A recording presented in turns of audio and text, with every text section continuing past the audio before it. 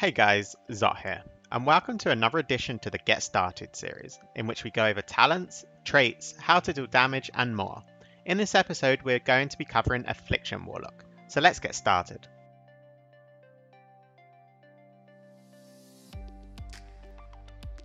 First up, let's start with talents. For Affliction Warlocks, your talent should look like this by default. However, there are some that you will want to change based on the scenario. Let's start by covering all the talents in depth and discuss which are the best in what scenario.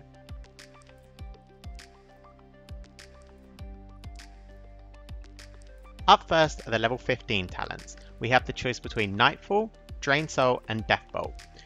Nightfall is what it used to be back in the day. It gives you a corruption ticks, a chance to make your Shadow Bolt instant and deal a little more damage.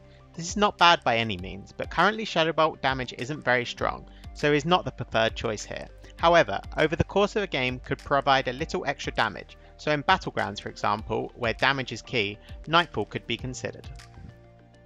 Drain Soul replaces Shadow Bolt and does a bit more damage when left to free cast, as well as giving you a shard when the target dies. This is more focused around PvE, as it requires you to stand still channeling. This opens you up to interrupts and you won't have time to channel it as often anyway, as you are required to keep your dots up, so it isn't the best choice for PvP. Last up is Deathbolt. This is an instant cast 30-second cooldown ability that deals 30% of the total remaining damage of all of your dots on the target up front. This is great for bursting as Affliction and gives you some much needed finishing power. It's best to load up the target with unstable afflictions before using it. Deathbolt should be taken in all scenarios in Arena.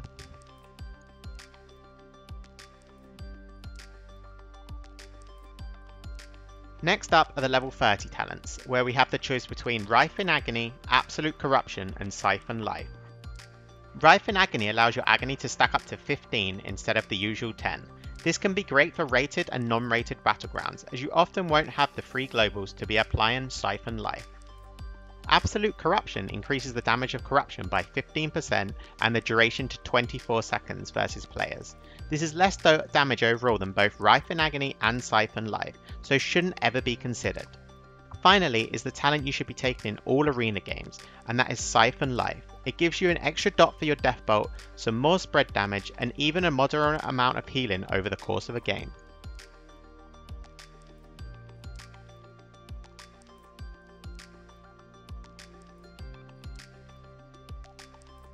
Moving on to the level 45 talents, we have the choice between Demon Skin, Burning Rush and Dark Pact.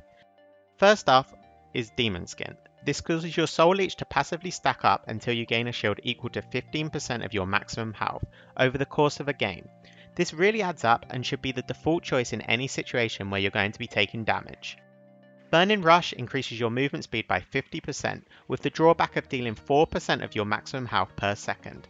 This should never be taken for Arena, as the extra mobility is not worth the damage you will be taking. However, this can be considered in Battlegrounds, where you'll be wanting to move around the map faster, or keep up with an enemy flag carrier for example. Last up is Dark Pact. This sacrifices 20% of your current health to give you an absorb. You can use this while in stuns. This can be considered versus heavy burst comps that will look to kill in windows with your healer crowd controlled, giving you an extra way to survive the CC and allow your healer to top you.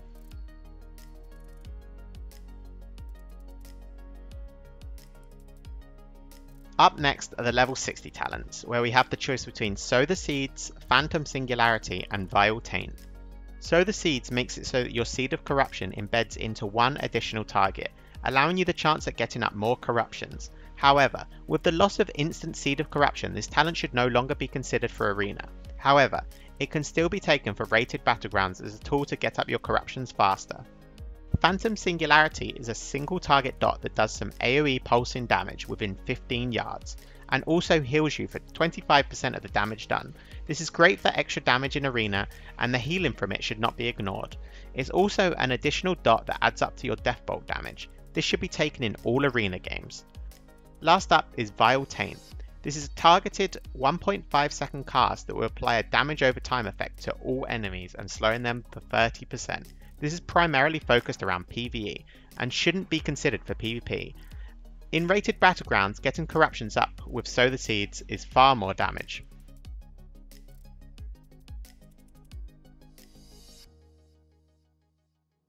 For the level 75 talents, we have the choice between Dark Fury, Mortal Coil, and Demonic Circle. Dark Fury reduces the cooldown on your Shadow Fury by 15 seconds, making it a 45-second cooldown. This shouldn't ever really be considered for Arena, as the loss of an extra defensive would always be a risk. And with Shadow Fury being a 1.5 second cast, it's very telegraphed and gives your enemies time to react. However, this still has a place in Battlegrounds when your team lacks stuns. Mortal Coil is a 45-second cooldown, 3-second incap, causing your enemy to flee and also healing you for 20% of your health. This is great in some scenarios for helping you set up kills, but don't need the ability to kite with Demonic Circle, such as when playing with a Shadow Priest, you can Mortal Coil off of his Psychic Horror to assist in landing kills.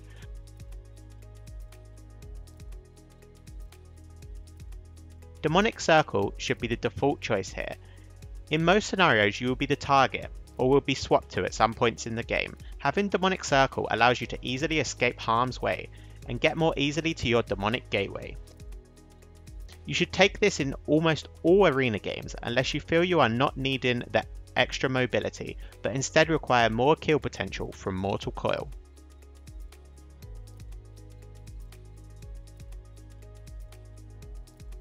Up next are the level 90 talents, where we have the option to choose between Shadow Embrace, Haunt, or Grimoire of Sacrifice. Shadow Embrace causes your Shadow Bolt to apply a debuff which increases your damage dealt to that target by 3% for 10 seconds, which stacks up to 9%. Currently this isn't very good for PvP, as the damage from Shadow Bolt is very weak, and you don't really have many chances to free cast Shadow Bolts to stack up the debuff, and it's currently better to be running Death Bolt over Nightfall. Haunt can be good for some strong single target pressure, but currently is a damage loss over the permanent damage from Grimoire of Sacrifice. However, Haunt can sometimes be taken in rare situations where you need the purge from your Foul Hunter still. Last up is Grimoire of Sacrifice. This sacrifices your pet but gives you a chance to deal additional damage from your spells. Currently this deals the most damage compared to the other two, so it's the best option in Battlegrounds and also Arena.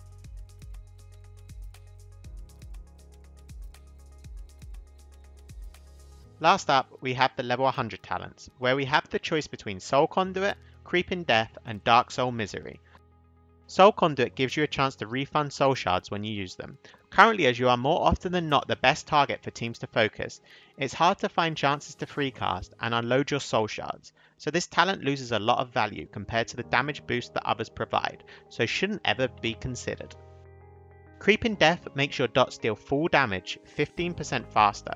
Currently, with the loss of stat templates, Warlocks are unable to get anywhere near the haste we once had in Legion, so you have to spend a lot of the game reapplying your dots.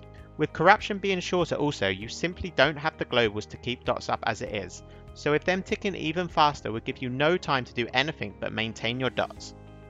Dark Soul Misery is the best option out of these three, in all scenarios. It flat out increases your haste by 30%, and is now undispellable, so this is a great cooldown to help you get casts off or attempt to set up kills.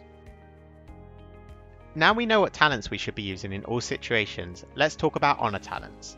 Now in Battle for Azeroth, we have the choice to choose between 11 Honor talents, being able to pick 3 at a time in combination with whatever trinket choice you desire. Let's start with the trinket choice. For trinket choice, you have the options to choose between Gladiator's Medallion, Relentless, and Adaption. Gladiator's Medallion is the recommended choice in most situations. It gives you full control over your trinket on a 2-minute cooldown, allowing you to use it either defensively to survive or even aggressively to score a kill. Adaption should never be considered in Arena, as it is too easily exploited by your opponents. If they see you with Adaption, they can bait your trinket easily, then set up a kill that you cannot survive. Last up is Relentless. Relentless is good versus compositions where you are likely to be crowd controlled often, but don't need the Gladiator's Medallion to survive the burst. Low burst, high crowd control comps such as God Comp are a good example. Relentless can also be combined with Every Man for Himself if you're a human. Now let's get into PvP talents. As I mentioned earlier, you can choose any 3 of these in any combination, giving you a lot of flexibility to choose what's the best for the situation you are in. So the best way to cover this section is to talk about all viable talents and in what situation you should be playing them. Here you can see all the honor talents at our disposal. The ones with a green tick are the ones that we will be taking depending on the situation. Red cross ones will never be taken, but let's get into more detail on why. First up, we have Casting Circle. This should never be taken, firstly due to how strong our other talents are, and secondly because as Affliction we don't want to be standing still. We need to be maximising our ability to kite to be able to survive. Furthermore, selecting Casting Circle now makes us lose the interrupt immunity from Unending Resolve, making the talent not very desirable. Next up is Curse of Fragility. This can be taken in comps where you need to be killing in setups, such as when playing with a rogue. You can get off your Curse of Fragility on the target before you do a setup, giving you that little extra bit of finishing power. This can be combined with Rotten Decay for a very aggressive setup. Curse of Shadow makes your magical dot effects strike your target for 20% of the damage as Shadow. When looking to opt for a more aggressive talent choice, this is subpar to Curse of Fragility, as the damage from your dots is generally quite weak, and most of your finish power is from Drain Life and Deathbolt. This should not be selected in any scenarios. Tongues should be taken in most situations versus casters who rely heavily on having to cast spells and not instant casts. This can be used two ways, either as a tool to reduce some damage, or even aggressively onto a healer to delay some of his heals, or make it easier for you and your team to land interrupts.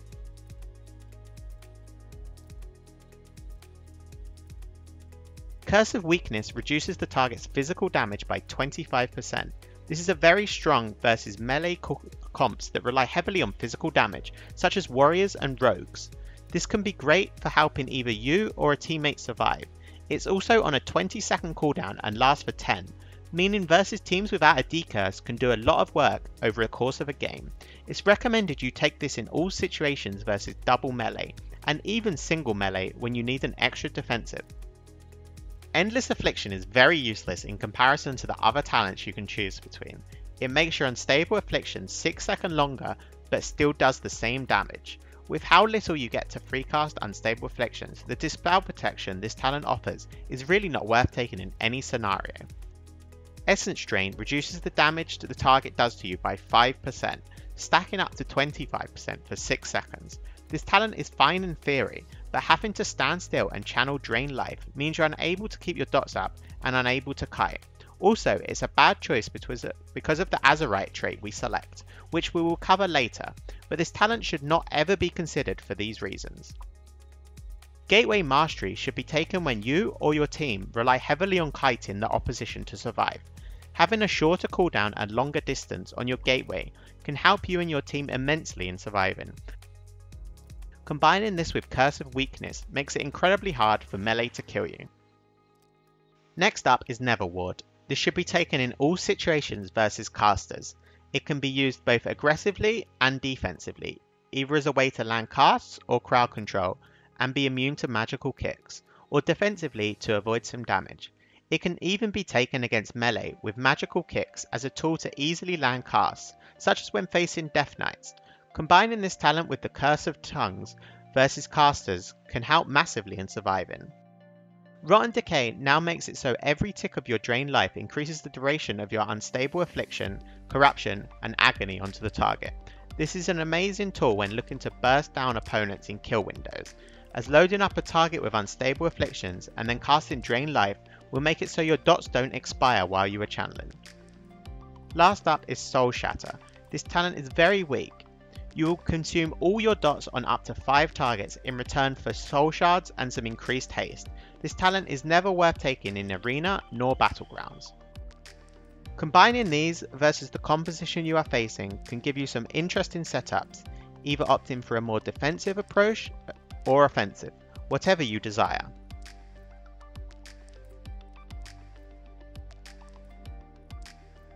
Now in Battle for Azeroth, we've gained access to some extra traits that buff our abilities in certain ways. You can get an Azerite trait on your head, shoulders and chest, and you have a main trait, role trait and then a defensive trait. You want to focus mainly on getting the correct main trait. For Warlock, the strongest one is currently Inevitable Demise. This will cause your corruption ticks to increase the damage and healing of your next Drain Life, stacking up to 100 times. With how these traits work currently, you can stack the same trait 3 times on all pieces of gear. so you will be wanting to get Inevitable Demise on your shoulders, head and chest. We'll get into more detail on how to correctly use this trait later, when we cover the rotation. If you're unable to get this trait however, or focus primarily on rated battlegrounds, the next best trait to look out for is Sudden Onset. This increases the damage of your agony and makes it stack faster, giving you some added damage in battlegrounds. There are also some strong roll traits to look out for. For Warlocks these are Earthlink and Life Speed, giving you some bonuses to your favoured stats. For defensive traits there are a few good ones. Desperate Power will help you survive when low with Drain Life, and Azerite Fortification will help in surviving while stunned, allowing you to get off your demonic circle.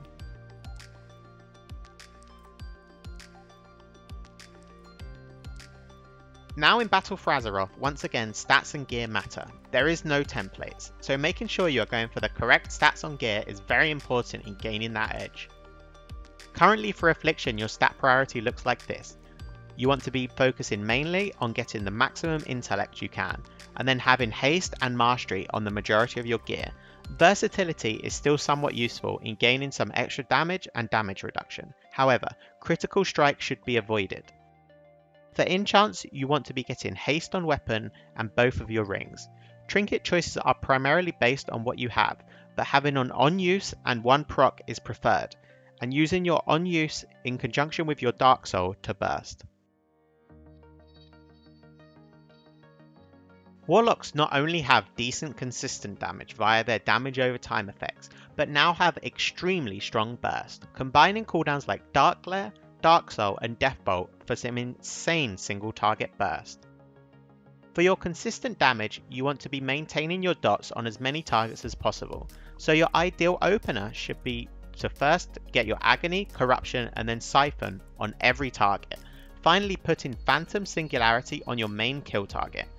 Starting with Agony will allow you to generate shards and begin it stacking faster. Corruption should then be applied to gain as many stacks of your Azerite trait as possible.